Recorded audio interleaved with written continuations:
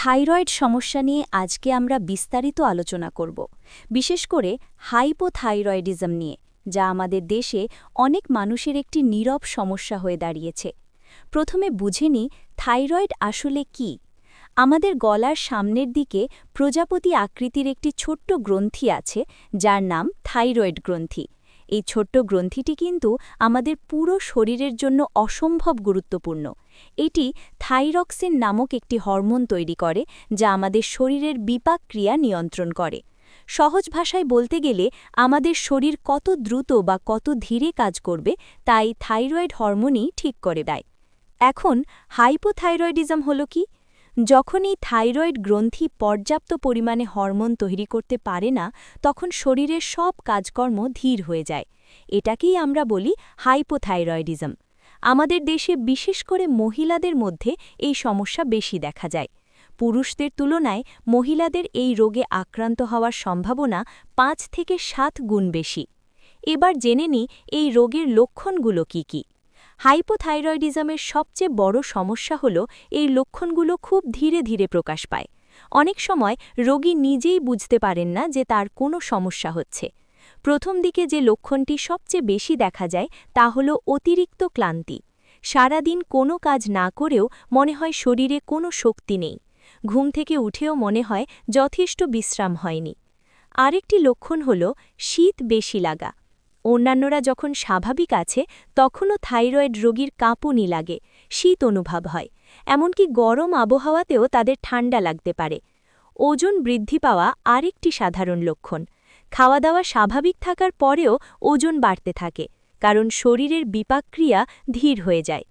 ত্বক ও চুলে পরিবর্তন আসে। ত্বক শুষ্ক ও খসখসে হয়ে যায়, চুল পড়া বেড়ে যায় এবং চুল পাতলা ও ভঙ্গুর হয়ে পড়ে। অনেক সময় মুখ ফোলা ফোলা দেখায়, বিশেষ করে চোখের নিচে ফোলা ভাব থাকে। কোষ্ঠকাঠিন্য একটি সাধারণ সমস্যা হয়ে দাঁড়ায়, কারণ হজম প্রক্রিয়া ধীর হয়ে যায়। পেশিতে ব্যথা ও দুর্বলতা অনুভব হয়। হাত পায়ে ঝিঝি ধরা বা অবশ ভাব আসতে পারে।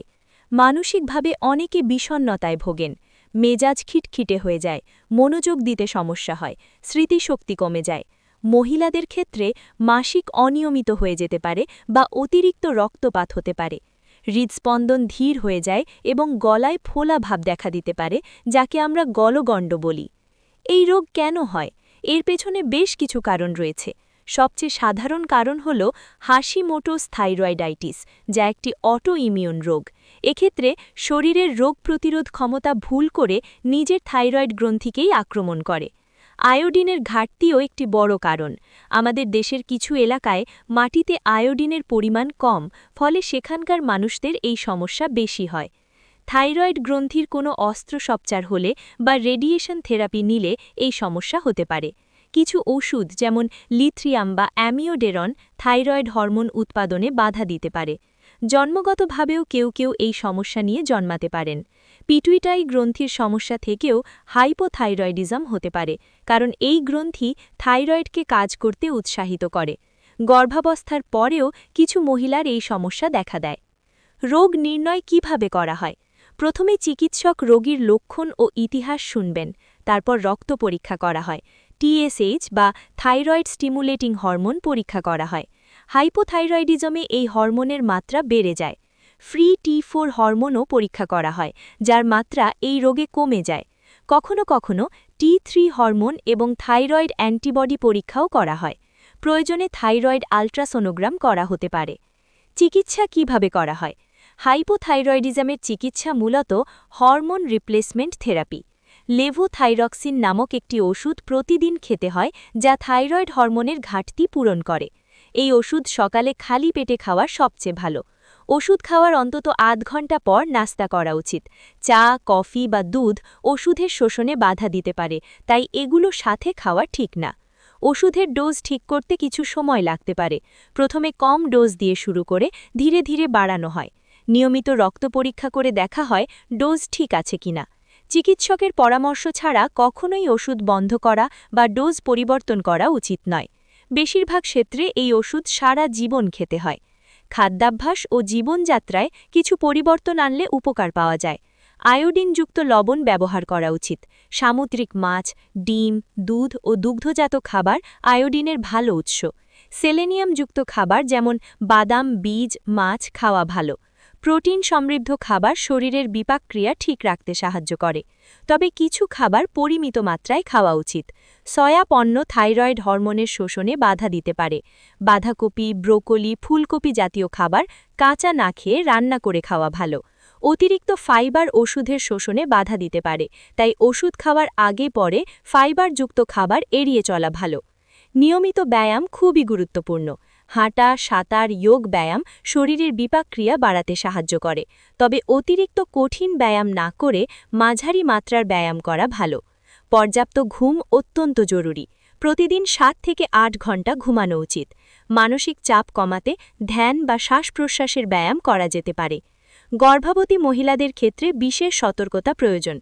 গর্ভাবস্থায় থাইরয়েড হরমোনের চাহিদা বেড়ে যায়। নিয়ন্ত্রণহীন হাইপোথাইরয়েডিজম গর্ভপাত, অকাল প্রসব, এমনকি শিশুর মানসিক বিকাশে সমস্যা সৃষ্টি করতে পারে। তাই গর্ভাবস্থায় নিয়মিত থাইরয়েড পরীক্ষা করা এবং ডোজ সমন্বয় করা অত্যন্ত জরুরি। শিশুদের মধ্যেও হাইপোথাইরয়েডিজম হতে পারে। জন্মগত হাইপোথাইরয়েডিজম সময়মতো চিকিৎসা না করলে শিশুর শারীরিক ও মানসিক বৃদ্ধি ব্যাহত হয়। এজন্য অনেক দেশে নবজাতকদের থাইরয়েড স্ক্রিনিং করা হয়। আমাদের দেশেও এটি চালু হচ্ছে ধীরে ধীরে। চিকিৎসা না করলে কি সমস্যা হতে পারে? দীর্ঘমেয়াদী চিকিৎসাহীন হাইপোথাইরয়েডিজম থেকে হৃদরোগ হতে পারে। রক্তে কোলেস্টেরল বেড়ে যায়, যা হার্ট অ্যাটাকের ঝুঁকি বাড়ায়। স্নায়ুতে সমস্যা হতে পারে, যাকে পেরিফেরাল নিউরোপ্যাথি বলে। বন্ধ্যাত্ব বা গর্ভধারণে সমস্যা হতে পারে। মানসিক স্বাস্থ্যে প্রভাব পড়ে। গুরুতর বিষণ্ণতা দেখা দিতে পারে। অত্যন্ত বিরল ক্ষেত্রে মিক্সিডিমা কোমা নামক একটি জীবনঘাতী অবস্থা হতে পারে। নিয়মিত ফলো-আপ কেন জরুরি? হাইপোথাইরয়েডিজম একটি দীর্ঘমেয়াদী সমস্যা। চিকিৎসা শুরুর প্রথম কয়েক মাস প্রতি 6 থেকে 8 সপ্তাহ পরপর রক্ত পরীক্ষা করা উচিত। স্থিতিশীল হলে বছরে 1 বার বা 2 বার পরীক্ষা যথেষ্ট।